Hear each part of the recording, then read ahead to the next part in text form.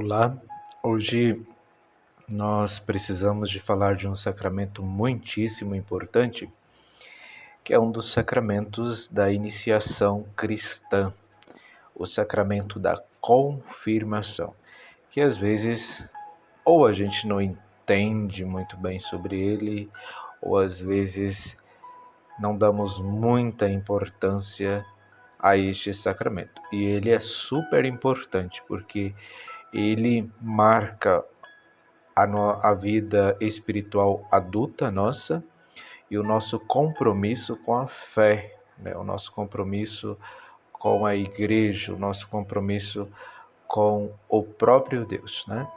E esse sacramento da confirmação tem esse nome porque é nesse sacramento que nós tornamos para a igreja uma pessoa adulta, né? É uma pessoa confirmada, quer dizer, uma pessoa já de maior para a igreja e pode já ter as suas responsabilidades, os seus direitos e também os seus deveres, né? E no Antigo Testamento, os profetas anunciam a comunicação do Espírito, né? A comunicação do Espírito é uma espera messiânica. E aí a gente já tem nessa passagem do Antigo Testamento, a gente já tem uma prefiguração do sacramento do crisma, né? Do sacramento da confirmação. E os apóstolos também, né? A gente sabe muito bem, lendo em Atos 2:11, que os apóstolos receberam o Espírito Santo. Que dia? No dia de Pentecostes.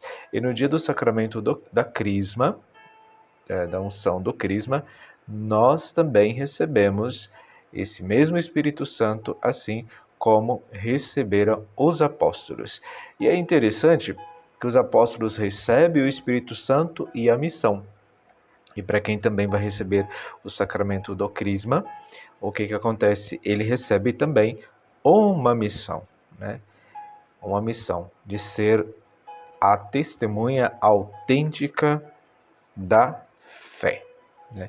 Por isso que a gente fala que o sacramento da confirmação, o cristão, ele se torna um soldado de Cristo, ou seja, ele vai batalhar pela fé, né? Ele vai batalhar para levar o reino de Deus adiante, né? Assim como os apóstolos fizeram no dia de Pentecostes. Eles foram enviados para anunciar o reino de Deus a todas as nações, né? E o Espírito Santo também, é claro, ele comunica aos neófitos. Os neófitos são aqueles que estão novos no sacramento, né? Aqueles que estão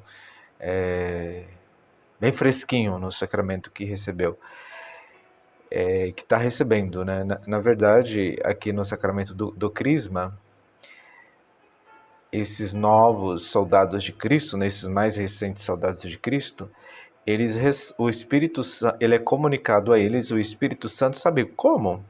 Pela imposição das mãos. E por que a gente também chama o sacramento do crisma, a gente chama o sacramento da confirmação, a gente chama sacramento do crisma justamente por causa do rito, né? E no rito, o principal é a imposição das mãos, que eu já acabei de dizer, e também a unção com óleo. Esse óleo que a gente é ungido na fronte, né? Se chama crisma, e é por isso que a gente às vezes fala sacramento do crisma, por causa do óleo. Esse óleo abençoado na quinta-feira santa pelo senhor bispo, né? Ele é colocado na fronte, na testa, né?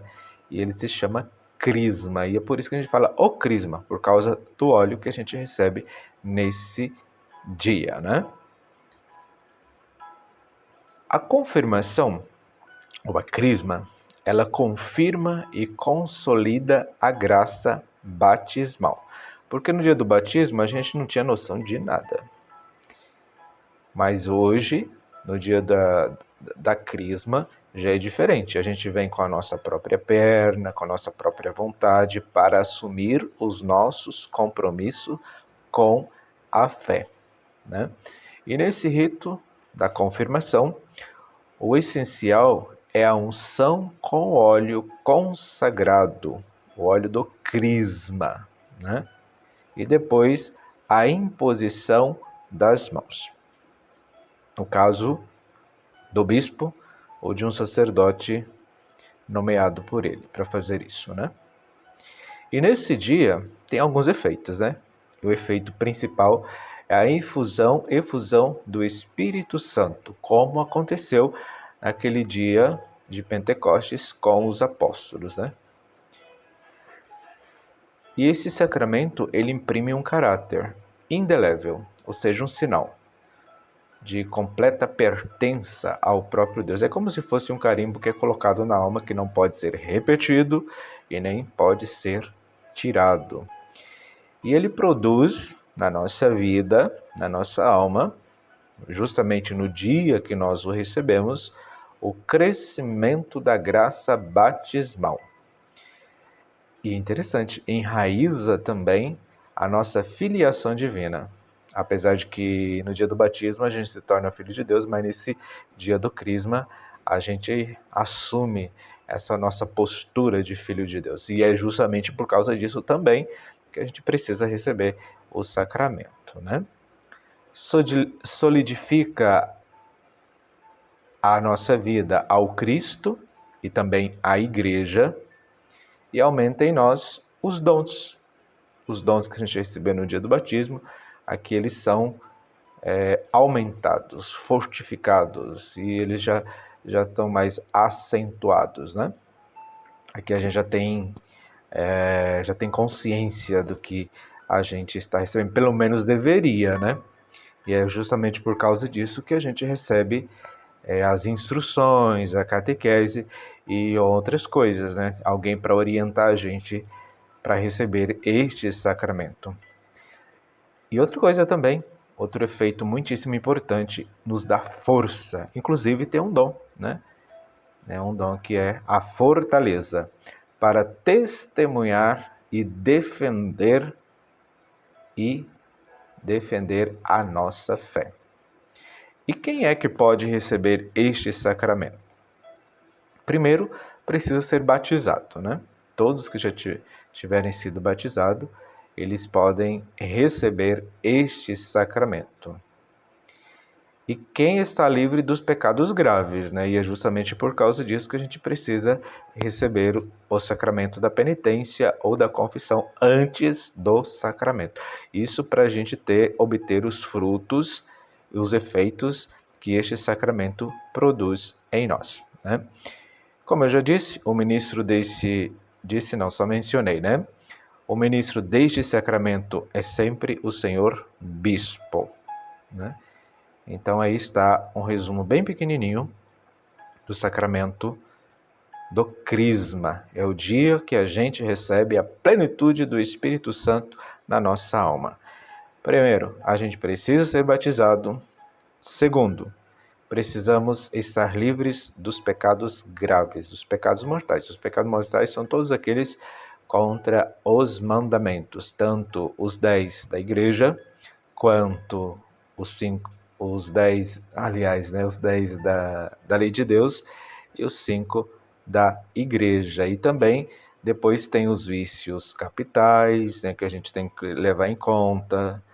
Depois tem os pecados contra o Espírito Santo, tem outras categorias de pecado, mas precisamos ter a base, os mandamentos, né?